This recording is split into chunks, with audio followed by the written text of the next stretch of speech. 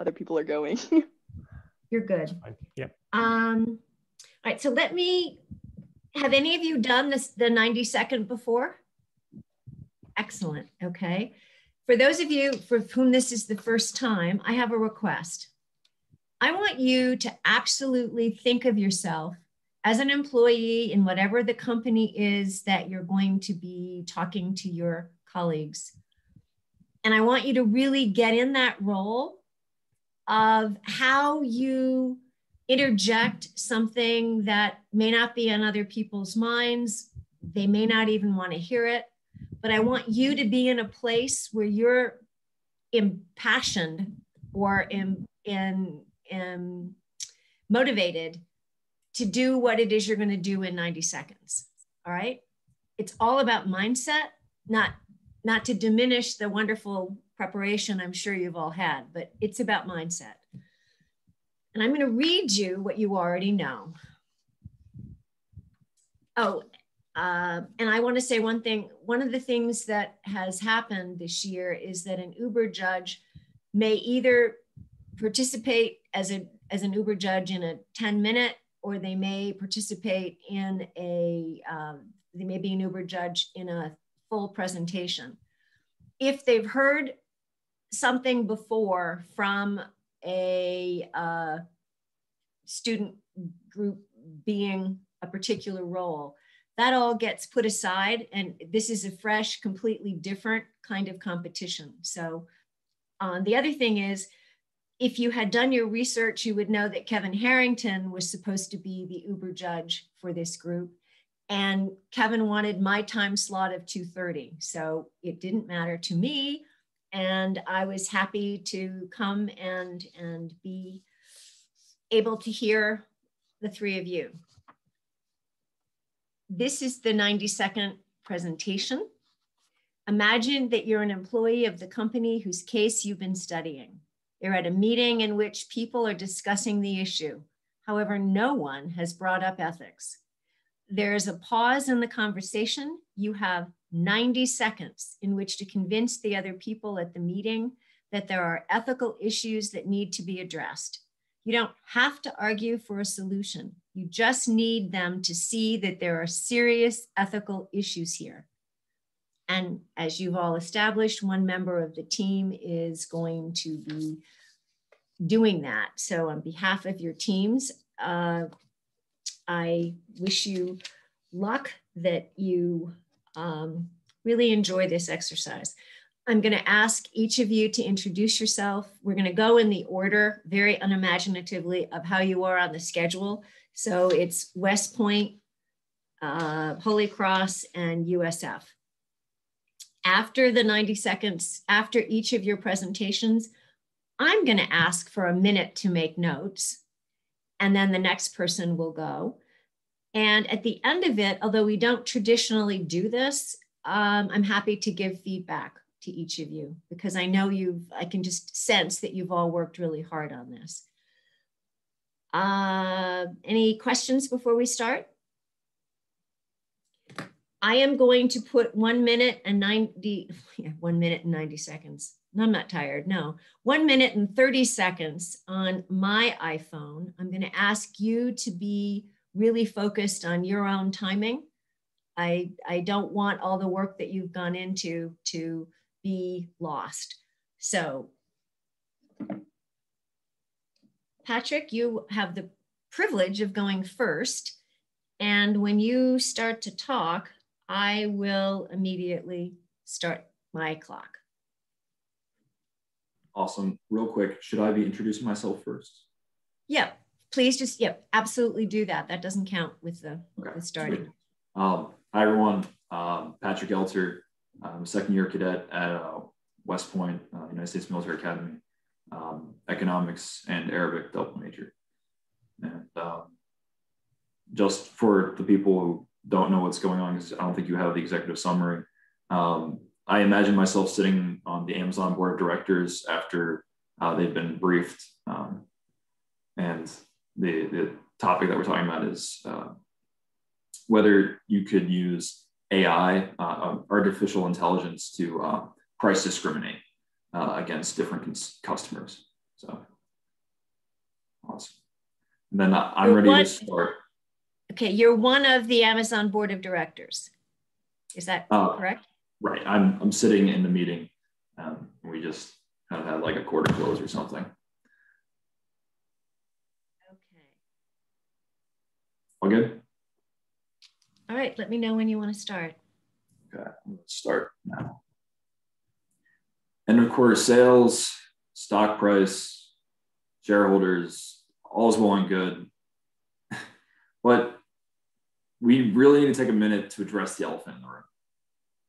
Amazon is the company with the largest market share in the e-commerce economy. But it's more than that. From food to technology to movies to music, customers place their trust in Amazon. Is it really okay for us to experiment with that trust? Can we sacrifice our decision-making process to the black box of artificial intelligence and just to increase profit margins? I mean, the truth is we don't really know how or why this artificial intelligence is creating these algorithms. We just feed it data and let it play with people's lives. And we're already aware of several issues that are at hand because of this, whether it's the imperfect data that we feed into the systems, the biased algorithms that are coming out of it, or the tangible, inequitable outcomes in our real people's lives. And until we do understand exactly how AI works, I don't feel comfortable allowing the usage of artificial intelligence for price discrimination. Do you? Thank you. Thank you very much, Patrick. I get my 1 minute.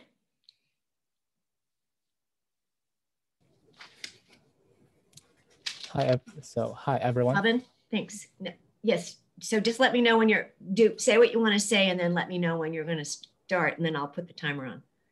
Okay. So hi everyone, my name is Robin Liu and I'm a junior at Holy Cross, economics and philosophy major. And today I'm working on behalf of the ethics department of Facebook, which we were targeting on the ethical issues related to the child users. Could you tell me what department is it at Facebook?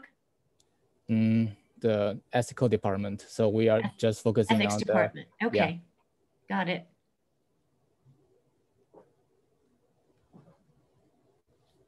Okay, let me know when you want to start. And I think I'm ready. Okay. Have you ever had a moment that as a mom, witness your 14 years old daughter is experiencing mental depressions because only a few of her classmates likes her recent Instagram post and her best friend just got hundreds of likes? Have you ever had a moment that you as a dad and a shareholder of Facebook, seeing your 15 years old son watching something inappropriate on Facebook for a whole day and even forget about his dinner? We, as a global company, a pioneer in the industry, feel that we have an obligation to change this situation, despite our action may hurt the interest of our shareholders in the short run.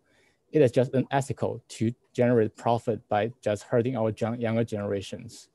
It is time to change. It is our duty to rethink and redevelop our own product. And let me introduce Facebook and Instagram Lite mode that target users under 13 to 18 years old. Our new product allows us to recognize those who are young and vulnerable through our redesigned education platform, which you will be asked to provide a proof of age. Comments, likes, reels, and other unnecessary functions will be removed temporarily from the Lite version's interface. We believe this action will provide a much purer and a cleaner environment for our children.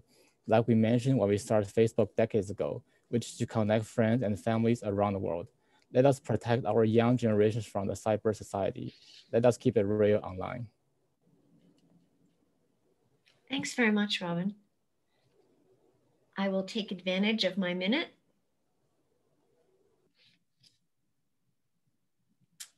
If you'd introduce yourself when you're ready and also let us know when you're ready to start.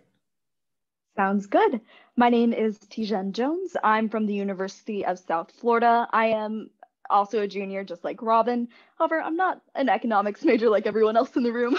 I'm an interdisciplinary social science major with a concentration in political science and history. And I'm ready whenever you are.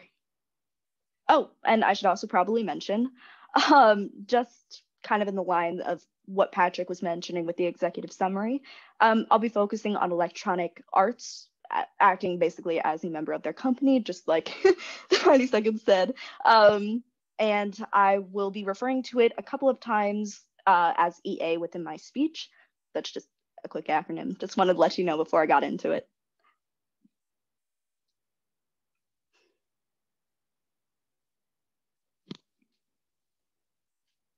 Okay. Oh, I'm sorry, you might be muted. Okay. Would you mind telling me what Electronic Arts is? Of course. It is the second largest gaming company within Europe and the Americas. They produce a lot of really high-ranking games. The most of all is FIFA, which is what I'll be focusing on within the speech, since it is the largest source of revenue for EA. It's basically just a fancy video game company. Okay. And also, I will be mentioning something called a loot box mechanism. It doesn't get really into it in my speech, but effectively it's like a virtual treasure chest with randomized prizes that use real world money in order to purchase. But I'll be basing it off of that mechanism, but I won't be getting into the specifics, so you don't necessarily have to worry about that. Perfect. I just want to understand your context. Of course. When you start talking, I'll hit this. Okay, sounds good. For too long, we as Electronic Arts have contributed to the rise in child gambling, with even the European Union condemning FIFA, our largest source of revenue, as literally contributing to child gambling addiction through this loot box mechanism. Gambling addiction not only is just a problem because of possible job loss leading to other addictions, feelings of depression, anxiety, and self-harm, but a UK study found that 15 times more likely are gamblers to commit suicide. And this game is rated E for everyone, meaning that children as young as 6 are able to have an entire addiction to gambling because of this system, as well as all of its ethical harms. Just imagine giving your own kid access to a casino in the guise of a competition with their friends. They have no actual concept of how much money they're spending, all the while developing that addiction to gambling. We are profiting off of minors' addictions and their exploitation. Multiple countries have already banned the system because of that. No longer can EA stand back and look at our sons and daughters as they fall into a massive addiction hole of gambling that we ourselves have created. So let's do something about it and create a game that is truly rated E for everyone. Thank you. You all did a great job of keeping to the timing, and I need my minute. Thank you very much, Tijan.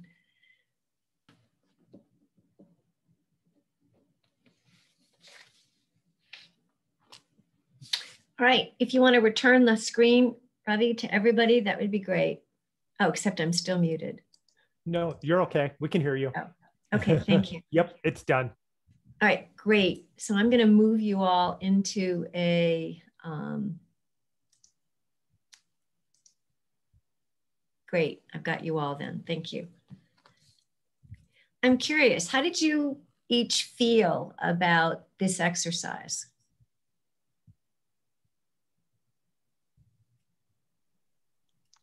I guess I'll go first. I love doing the 90-second. I did it last year.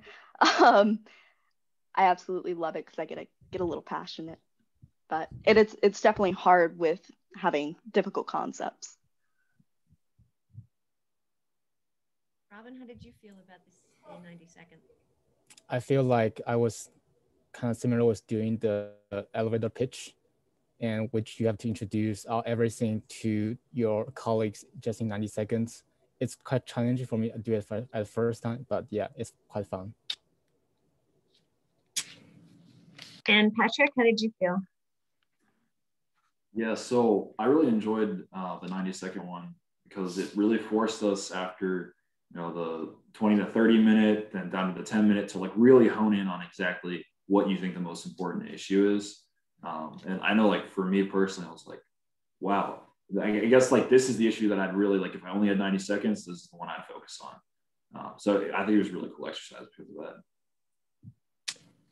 Well, congratulations. Obviously, as you know, you all have jumped through all the hoops of IBEC, and you're now able to just sort of maybe breathe and get some sleep, maybe for the first time in a little while. So let me give some, my interest in this is really about how you all will show up when you're in environments where this comes to be an issue, whether it's it could be still in your college experience. It can be in companies or organizations or the military or anywhere that you choose to go. A lot of research, as you all know, talks about how hard it is for people to speak up because there's generally retaliation, there's generally challenges that people have to really believe. And yet what we also know is that change is really hard and it takes courageous voices to get that moving. So I'm going to talk about what I think the strengths are of each of what you did. Obviously, the decision to figure out, winners is going to be a challenging one, but let's focus on you knowing what you did that was effective.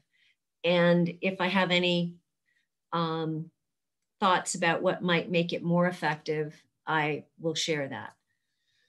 So Patrick started first, and I needed to see you, Patrick, as a member of the board because you weren't quite clear about that, but that is how I grouped you in, which is an interesting take because normally it's employees, but that was still consistent because obviously, as we know, lots of things happen in boardrooms and people don't talk up.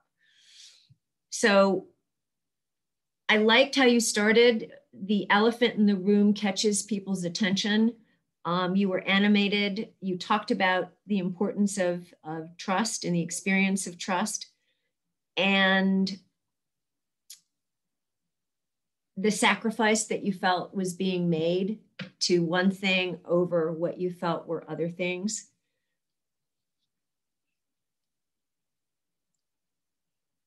You were quick to get to what you felt was inequitable outcomes. And you raised a point that I think would be hard for directors to argue with, that until everyone in the room really truly understood the impacts of artificial intelligence and its impact on Amazon's businesses and stakeholders, that it didn't make a lot of sense to go on. It doesn't mean that you would have gotten them to stop, but the point was you got their attention and you positioned a obstacle that would stop perhaps the automaticness of how some people approve things. And I think that's important. So good job and thank you.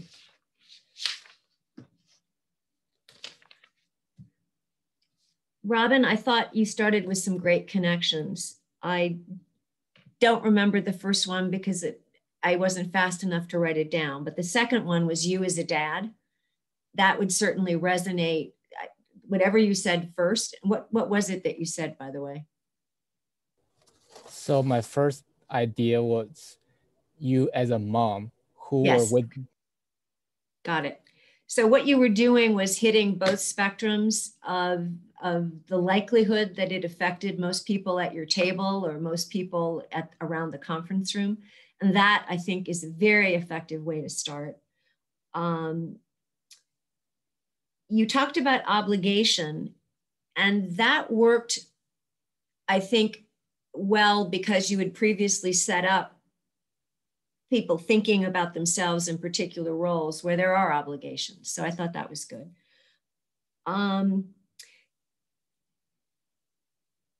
you might want to consider when you do something like this, and I hope you do it often in your life, talking slower.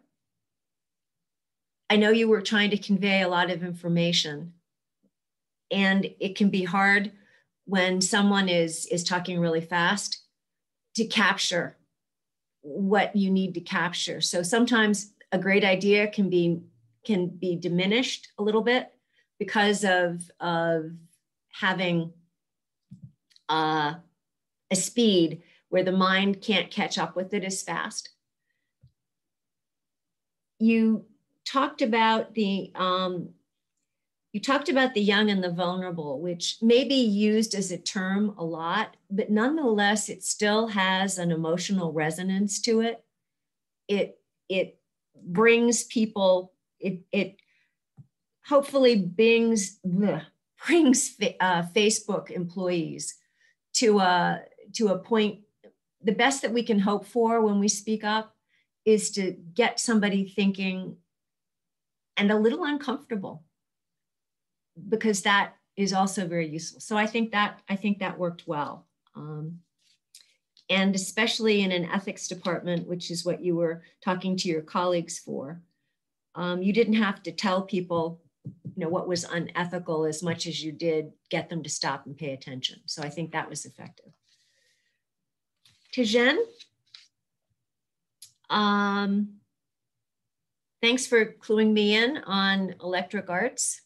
I don't know when that will come in handy again, but I have a feeling it's going to enhance my my knowledge, which of course needs enhancing. Your passion was certainly there. Do you talk to your friends and colleagues with that same animation? A little bit, yeah. Okay.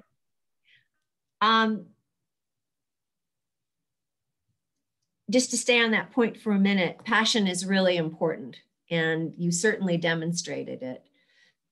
And you obviously have a flair for that.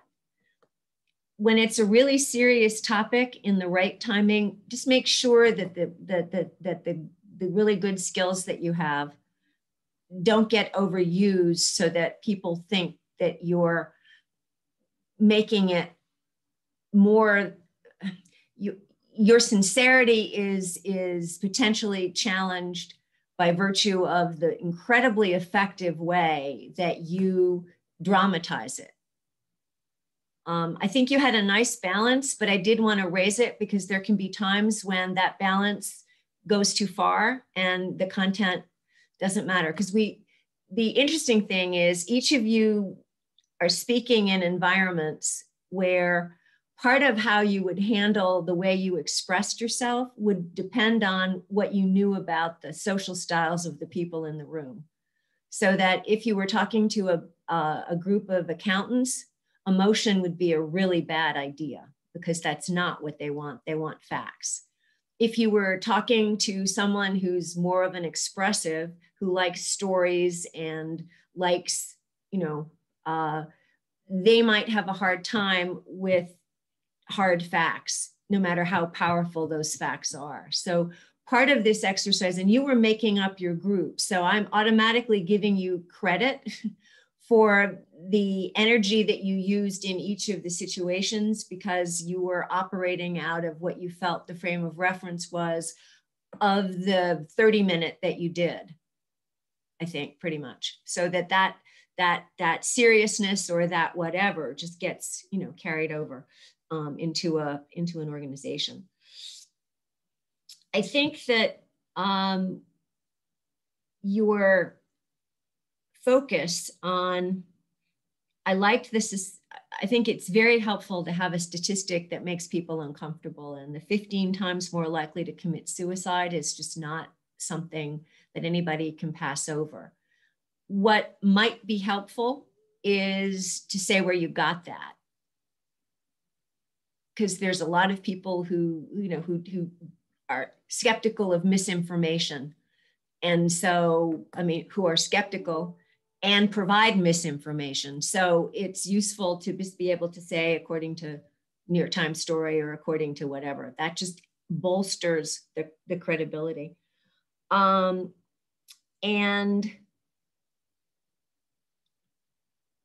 your ending was strong, talking about it as a game that it was pegged one way and it became, it certainly isn't attuned to everyone, and that it needs to become a game for everyone. I think all of you deserve a lot of credit for how you handled it. Patrick, your style in a board was more about questions. And those are provocative for people who have the tremendous power to make decisions. Robin, you were clearly talking to colleagues,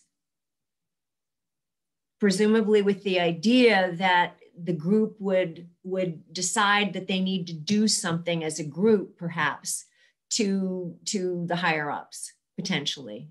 That would possibly have led to. And I'm assuming, Tijan, that you were talking to colleagues and friends who knew you, and you were who had a stake in having not necessarily power, but had a stake in, again, perhaps choosing to get together to do something. So I think all of that was good. The real point of this exercise is really just to ensure that you won't forget, no matter where you go, your power in your voice and your thoughts.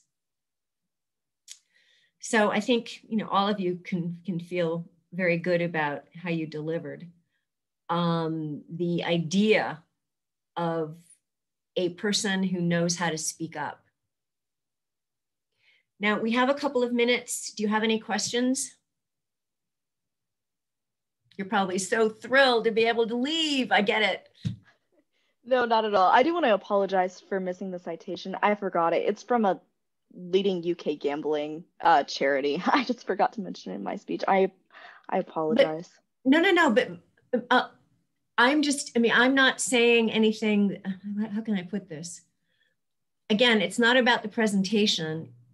My take was, because I can see with colleagues, you wouldn't necessarily, if people you trusted, whatever, who trusted you, I can see that you wouldn't necessarily say that. But it's just the kind of thing that, given how divisive our climate seems to be, and given conspiracy theories and all kinds of things, and vaccines that should or shouldn't, people, I think, are becoming more cautious about what they'll invest in believing. And part of our effectiveness as communicators, because that's what all of us have to be in order to advance ideas, is really just to understand. But that had nothing to do with, the presentation. It's again, no. It's easier for me to look at this in terms of how will you go forth into the world to be the most effective people you can be for something like ethics. So that was just a small point. Anything else that anybody has a question about? I just want to say I appreciate it.